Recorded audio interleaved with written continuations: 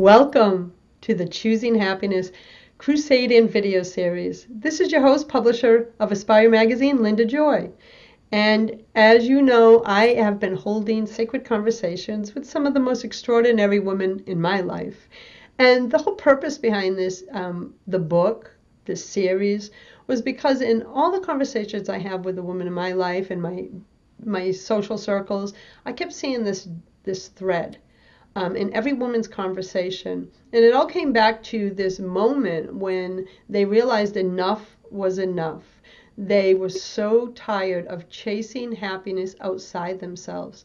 And as you've been hearing on each of these videos, a lot of the women had this pivotal moment, this awakening, this divine download, this moment of reckoning when they said, I want to choose something differently.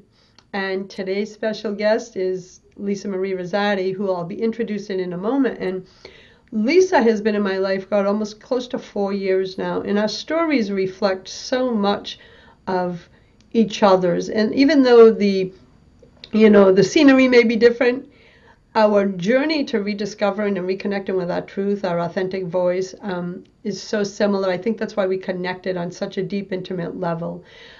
So let me formally introduce my very dear friend, soul sister, Lisa Marie Rosati. Lisa is a visionary and intuitive and a renowned transformational catalyst and magical mentor. I just love that word. For women. She's the creatrix of the Goddess Lifestyle Plan and Sugar-Free Goddess. And the one that, as you know, helped me about 2 years ago kick sugar's ass for good. So Lisa is also, along with being a contributing author in Inspiration for a Woman's Soul Choosing Happiness, she's also the co-author of the international best-selling book, Embracing Your Authentic Self, and also a few others, In Pursuit of the Divine and Success and Beauty. And what Lisa's most passionate about, as you'll soon discover, is empowering spiritual women around the world to magically create an abundant life, one that they love, one filled with joy, happiness, and really showing up fully in your life. So welcome, Lisa.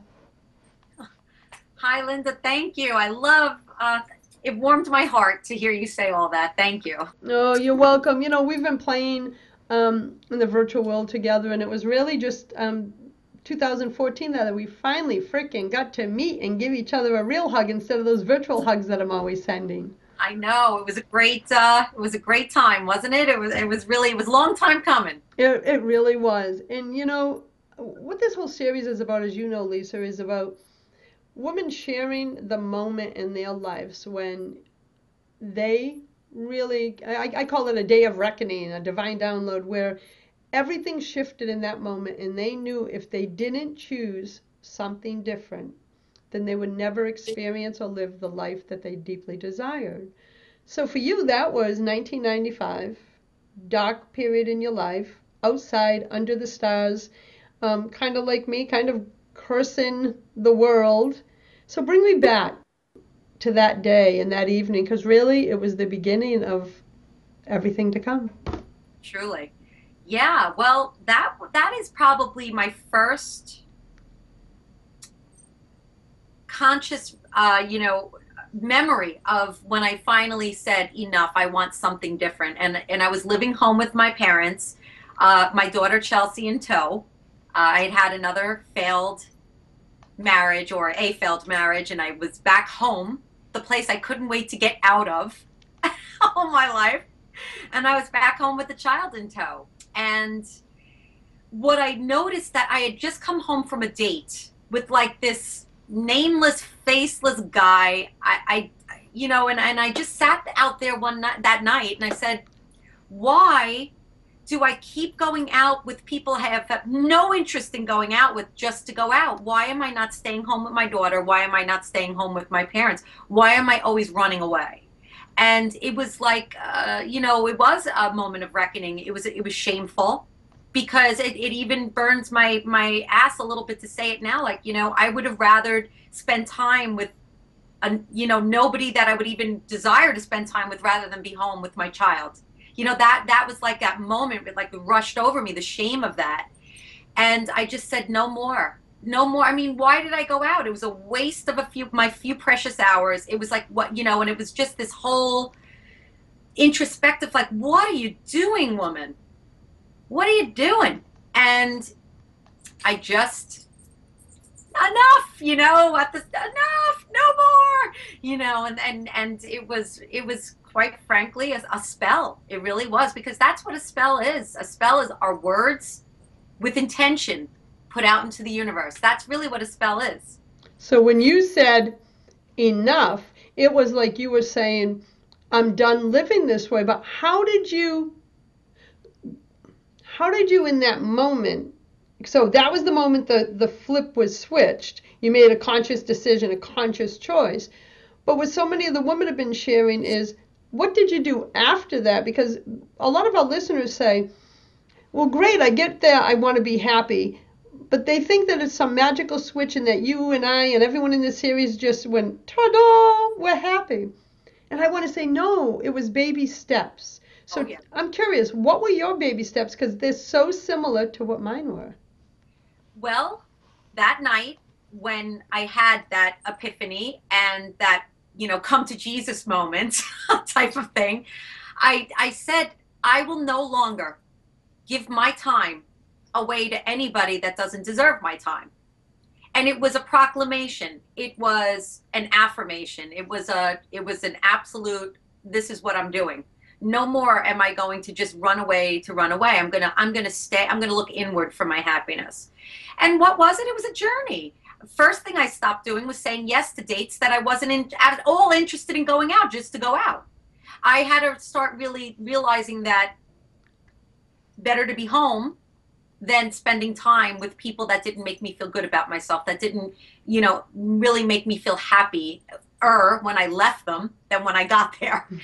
So it was a work in progress. It was just starting to become more discerning, more mindful, more present. And I definitely never say yes on the spot to anything anymore. It's one of my magical practices, honestly, that I teach my clients. It's like, we as women are conditioned culturally that, oh yes, we have to, oh yes, of course I could do that. And inside their head, they're going, oh God, how am I going to do this? I have 20 things to do. And we end up saying yes when we really want to say no. So, I kind of invented my go-to answer, which is, that sounds really nice, but let me check my calendar and get back to you. That's an actionable step that women can start doing right now. So you say, that sounds really great. Let me just think about it a minute, or let me check my calendar and I'll get back to you. It gives you that just little bit of wiggle room to really check in and say, do I want to do this? And it's so true. And it's something you said earlier when you were describing your journey that I want to touch on, because it so resonates with how I lived my teen, probably up to my late 20s. You said you were running from yourself.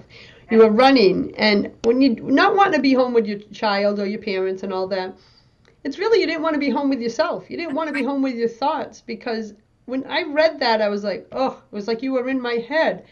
My family would say the same thing to me when Nikki was young, and as everyone knows, I was a single mom, like, slow down, stay home, you're always running, whether it was it didn't matter. I was constantly on the go, driving my body to the ground. And really, now I can look back that, like you, I was running from me. I was running from the negative thoughts. I was running from the low self-esteem. Is that what you found too, as you look back now, that that's what you were running from? Sure. I mean, if I was to be totally transparent, and we know each other so well, let my mess be my message. If this helps a woman out there, then I've done my work today, my soul work. Truth of the matter is that if I didn't have a date on a Saturday night, I didn't feel pretty enough to have a date on Saturday night. Yeah. So if I had nothing to do, that meant nobody liked me. So I was I was obviously a crappy person. Everything on the outside dictated how I felt about myself.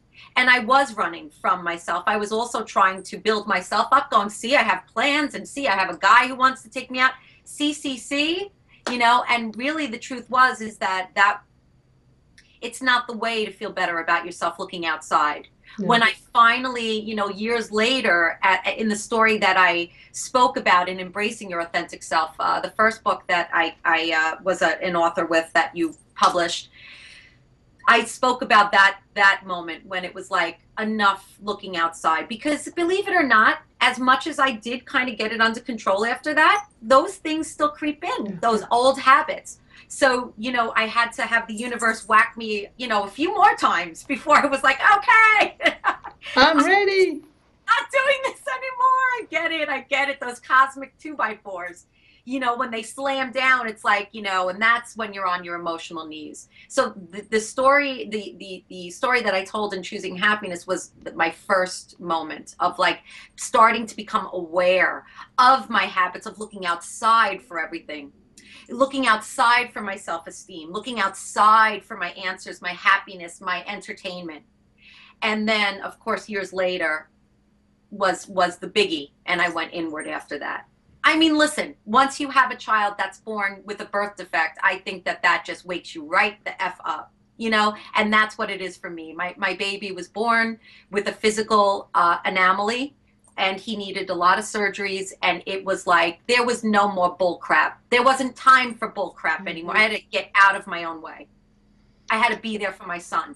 Yeah, and the greatest gift you gave him was to say, um, "You're perfect the way you are, and happiness isn't out there, darling. It's in there." And you needed to mirror that for Chelsea, which is your oldest child, as well as your other children. Yeah. And one of the greatest gifts I think you have, with the global audience that you serve and the beautiful female community that you've built up, is that you are so authentic, vulnerable, transparent about your own shit. Excuse my language, ladies.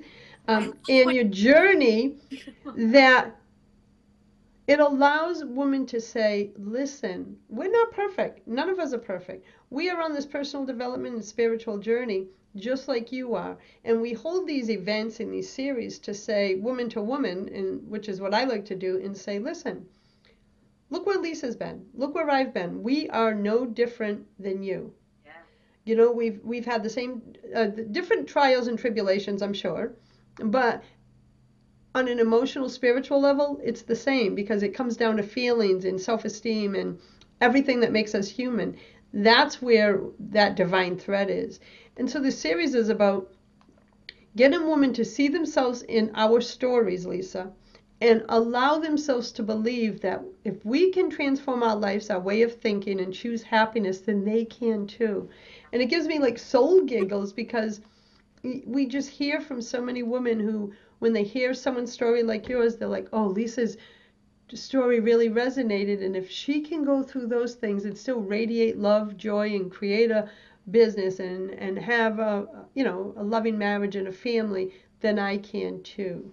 And I know that's part of the work that you do, is empowering women to believe in the power of possibility. Oh, amen. Absolutely. Listen, I was a train wreck, and I don't mind saying that because I'm no longer a train wreck. And I am a woman who forged her life through I walked through my fires, but I was so afraid of them. Yeah. Oh my goodness. The woman I was, or young woman I was a woman that was fearful of everything. I was fearful of being alone. I was fearful of not being alone and being in the wrong relationship. I was fearful of making a bad decision. I was fearful of everything. I basically, when I look back at that woman, that young woman, I mean, I was in my 20s and 30s at the time. I really believe I was a late bloomer.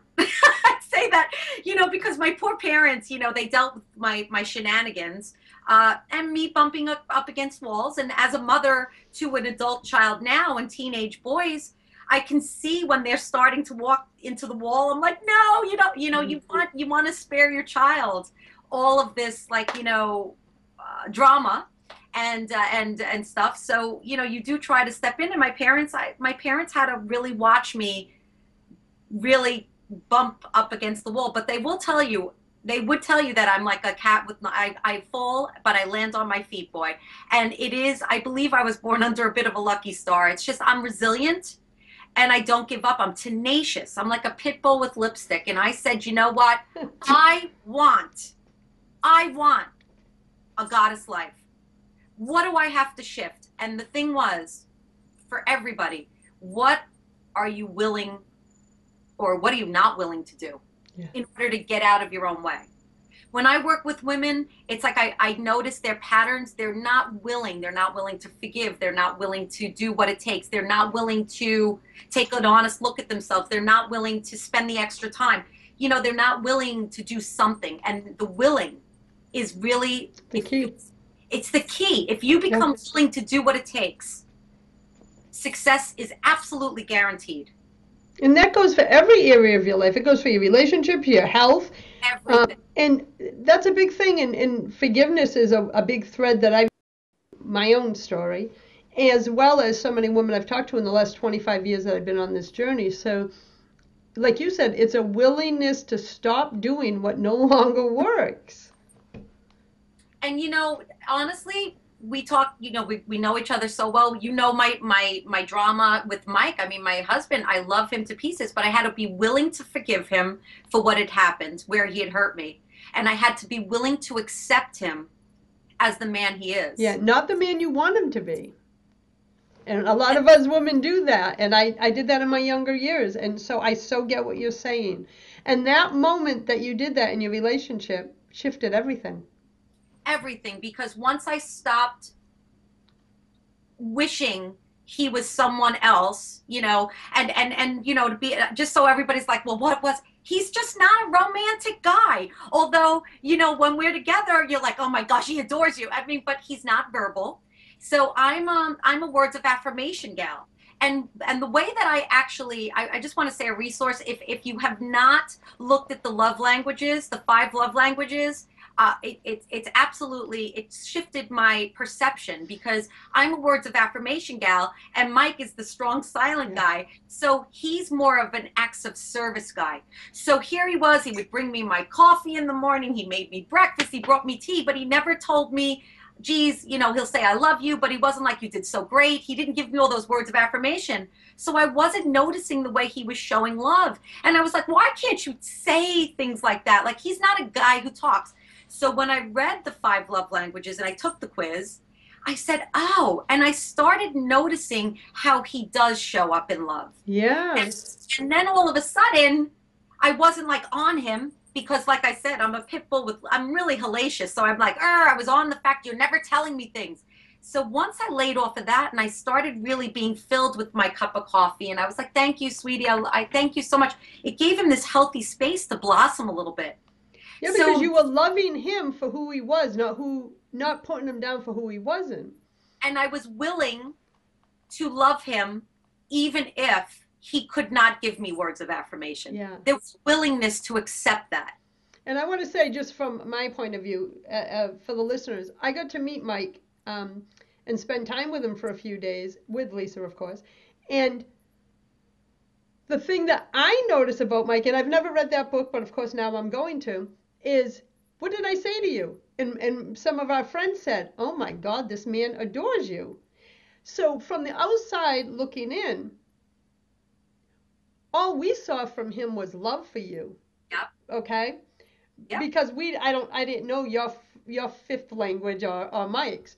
And then when you interact on your private Facebook group and you say, Mike brings me my coffee or tea every morning, I notice that the women in your community are like, oh my God, I wish my husband would do that. And so what I say to that is, we all have our different way of loving and showing up. Yes. And the moment we accept how someone else is, it shifts everything. And that's really what this story is about. You saw Mike for who he was, and instead of who you wanted him to be, in the moment of that love and acceptance and you letting go of your agenda, everything shifted. And we could even see it with you guys.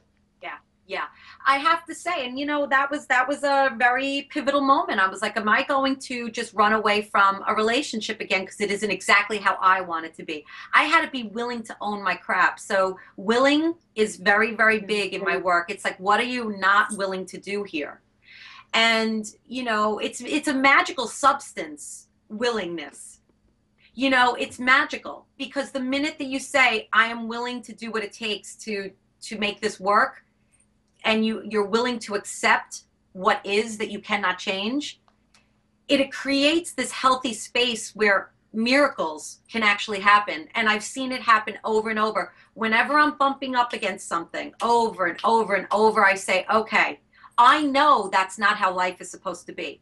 As a mentor and magical practitioner, and I've lived so many years within this way of being, when something becomes really hard, like I'm rowing upstream, the first thing I say, I look at myself in the mirror and I look in my own eyes and I'm saying, Lisa, what are you not willing to do here? What are you not willing to do? The answer is there, because life is really supposed to be easy. Life is supposed to be happy. We get in our own way. It's so true. And what I just heard through that, it brought up my own stuff, is when you said, when you look at yourself in the mirror and you say, what are you not willing to do? Because our pattern, because I'll speak for myself too, because you and I were both runners in our younger years, it was like, oh, this hurt, this doesn't feel good. I'm the frick out of here. Yep. By staying and showing up and loving and being authentic and being vulnerable, that's when we healed and went to the next level of our journey. And that's what I just really want to touch base on that, because I see so many women running from their lives. Okay? But really, honey, what you're running from is following you, because it is you. Yeah. There's no next man, no next job, no next house, no next paycheck. Take it from someone who chased all of those things. The moment you stop running from yourself and the amazing woman that you are is when you will really start living and experiencing happiness, as you discovered, Lisa, as I've discovered. And when I heard that of you looking in your own eyes in the mirror, I think that's so powerful, because it's speaking to your soul. It's saying, That's right. do you want something different? Let's work at this. Do you want something different? And of course we do, but that means we now have to take the steps to bring it to fruition. Yeah. It's I'm big on affirmation practice, but the way I teach it is very different. Affirmations are done in the mirror, looking into your own eyes, and most women will divert. I am beautiful. Right. I am powerful. They can't stay there, because when you're looking into your own eyes, you're exactly right. The reason why I do it that way is because you're literally looking right into your soul. And affirmations and all the sticky notes in the world are not going to work until you look at yourself right in your own eyes and say those things. And then eventually, when you can stick and you can stay, because it's a process, it's a practice. It is. I start to divert at first. It is. I'll be pretty transparent. Still one of the toughest things I have to do. Right. And you're looking, and then you see, as soon as the words come out, you see your eyes going to the side, and you're like, oh, no. And you bring yourself back, and I still struggle with it all these years later. But I'm so much better than I used to be. Certain affirmations I can say like this in the mirror looking at myself. But it's the ones that are my vulnerable spots that I know still need healing. I find myself diverting. So what does it mean? I get right back in that mirror the next day. That's right, because it's a practice. It is a practice. It's a practice, and I always say practices are called practice because they're not supposed to be perfect. They're practices. It's just showing up. It's showing up, I think, is the first step in healing and choosing happiness and really transforming your life. Because back then, we'll go back to 1995 for a moment, one of the things you had said is you started, which was exactly what I did in 91 with my spiritual awakening, was you started reading books. Like personal development, and I'm like, they became my virtual mentors, and I know they did for you. And so there's no excuse, especially in today's day and age, where all you do is hit the button on the internet and have access to the leading visionaries of our times with a button. Back then, I had to go to the library or get cassette tapes. I still have Tony Robbins cassette tapes. I can't part with them because they were such a pivotal part of transforming my mindset. Zig Ziglar. Oh God, I'm aging myself now. Yeah. Classics. Yeah, and so those were our baby steps. Yes. So as Lisa's sharing here is, what is your baby step going to be? It's unique for you, but you have to at least, and once you make that choice, like Lisa did that evening under the stars, saying enough, she made that choice, and then she followed up and took inspired action with the next baby step. And that's what we want for each woman that tunes into this series is find your next baby step. Whatever speaks to your heart. You have so many amazing women in this series, like Lisa, who have amazing resources, support groups, programs that can support you on your journey. So, Lisa, what are some When you meet a woman, that's going through some of the things you and I have gone through, or so many women go through, what's one of the first baby steps that you give them for someone really new on the journey? Because even the mirror exercise, which we know is powerful, might not be ready for someone that's just stepping out on the path. Great question. Well, I do have a signature system, and one of the first things, it's an absolute essential step in, I believe, empowerment and transformation, is beginning a daily sacred practice of speaking to your creator. Goddess Lifestyle Plan believes that all paths lead to one. So this is not a religious statement. This is about, because who you pray to is really everybody's own personal business. I don't get involved in that. Whoever it is, it's all good, as long as you have a higher power. So a sacred practice where you get quiet and you speak to the divine, how you see the divine, that you open up that communication. And I do have daily morning ritual, daily evening ritual, but I talk to spirit all the time. I communicate with spirit. Our conversation is ongoing, all day, every day. I'm very connected, but basically in the morning, I light a candle to the Blessed Mother, who is, of course, so beloved. I just love her, and I love her compassionate and unconditional loving energy and what she really stands for. And I try to cultivate that in my life, this unconditional love, this acceptance, this compassion, and compassion for myself and others.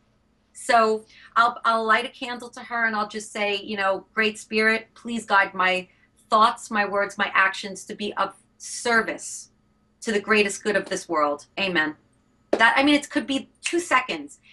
And of course I call in favors for myself sometimes, but mostly I pray for others, and I pray to be a vessel. Just use me to be of the highest good to this world. Bring light to the world.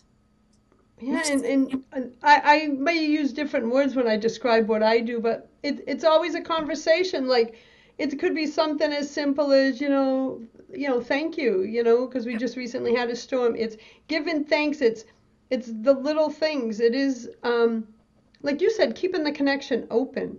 And it took me a long time to be able to build up that relationship, and now it's so ingrained. So for someone who's just saying, what? I've never done anything like that.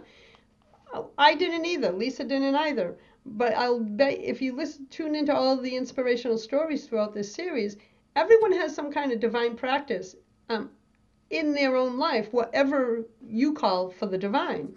And I think being in communication, like even the simplest little things, I find a penny on the ground, thank you. Yeah. Thank you for the abundance, I say. The first time I did that with my grandson, he was going to be 15. I did it. He was 3 years old. No, he was probably 6 years old. And I found a penny. And I'm like, being goofy. I'm like, thank you for the abundance. I was singing a little song. He goes, Amma, it's a penny. And I said, perfect life lesson. He still remembers it. I said, baby, if you can't be grateful for the penny, you'll never get the nickel. Yeah. So now he does the little, like, thank you for the abundance. But that's a conversation with the divine. That's right. And I just want to, everything is. Absolutely. And I want to piggyback on that. Many times it's thank you for the life lesson. Yeah. Because things don't always go my way. So I always know that there's a lesson involved. There's something that needs to come through, and I'm grateful for the struggle because it helps me come to the next level of who I'm meant to be, my most powerful and healthy self. It's so true because, I want to say, when you're in the midst, so for women in the call who are in the muck right now, whether it's relationship, health, it doesn't matter what it is because we've all been there. It may be hard to hear what Lisa just said, that, you'll find gratitude in the moment. But I want you to think back right now to a time in your life when maybe you were in the muck, maybe a different muck, but you were there. And that you can now look back on that circumstance and go, oh, that's why it happened. And for me, every time I find myself in the muck, which is, I guess, less and less now as you go, but we are still in the muck because we're on this human journey. Every time it seems like things are so dark, I make myself flash back and say, Linda, remember this moment when you thought you wouldn't even live through it, when you thought that was your darkest day, and look at the blessings that came from that. Yes, yes. And so hindsight, of course, I say is 20/20, but when you were in the muck, please I want you to take your head out of the muck for a moment and look back at a moment in your life when you thought you wouldn't get through a different muck, and you did. And you found the blessings, and you became an even more powerful, amazing woman, because it's there for each one of us. So I'm glad you brought that up, because it's blessing the muck. It's blessing the messiness of life, because guess what? None of us are immune to it. We're all going to experience it. Absolutely. Like you said, when you get in alignment and really work on yourself, the muckety muck does come up less and less, but it absolutely happens. It's part of the human experience. So, but whenever that happens, I look at myself in the mirror and I say, what's going on here? Where are you in resistance? What are you not willing to do? It always comes back to me shifting. Sometimes I let go of things. I call it higher selfish. I don't forgive for others. We don't forgive for others. I do it because I want peace. What am I willing to just not, what hill am I willing to not die on here? Is this really important? Is my ego involved here? These are the questions I ask myself. And then and believe me, I'm not even remotely a doormat. And you know that, but no, I'm sure everybody can just feel, I'm not a doormat, but sometimes I'm like, what am I really doing here? I'm causing myself to be like, all my insides to be all dark and nasty and turning. And I said, this is not worth it. It's higher selfish. I just let it go. You release. Because you know what? I can't control it anyway, but I can control how I choose to respond to anything. And that is a big takeaway. Your choice is always, how can I respond to this? And always respond in a way that's going to give you the most peace. And that's a beautiful tip as we come to an end, because that's what this is all about, choosing differently. And the choice is always in your hands. You're not a victim in this life, because you just are going to reframe and say, what can I choose differently in this circumstance to bring me closer to the life I envision? That's right. And that covers all aspects, not just happiness. It comes down to your health. Do you choose the bagel or do you choose the apple? It's everything. If you look at your life as the consequences of our choices. Take it from me, from someone who is the queen of self-sabotage and paid a heavy price for many years. And I'm sure I still will as I travel this path. But I want to take a moment right now, because I had promised you that Lisa has an amazing gift, and it's called the Magical Goddess Lifestyle Swag Bag. And I giggle every time I say that, because I just love the word, and I love everything that Lisa has put together in this special gift. And all you have to do is click the button to the right of the video. It says claim your free gift, and there's a full description and a gorgeous graphic of everything that you're going to receive from Lisa. And I have to tell you, you deserve to do this for yourself, because everything that Lisa does, she creates with this power of intention to support women in living their best life. So click the button on the right hand side of this video, download the Magical Goddess Lifestyle Swag Bag now. Lisa, you and I could go on and on. We always have amazing conversations. So thank you for showing up so fully and so authentically, and sharing your story in a way that I know is going to serve so many women who are also on the path. Well, you're welcome. It's my honor, really. So thank you, Linda. You're a blessing to my life. This work is a blessing to my life. And it's a wonderful way to start my day with seeing your beautiful face and talking about what I love to talk about. You and I have so much of the same in common of what our purpose is here. And as I said, it's always wonderful to share space with you. So thank you. Thank you. Namaste.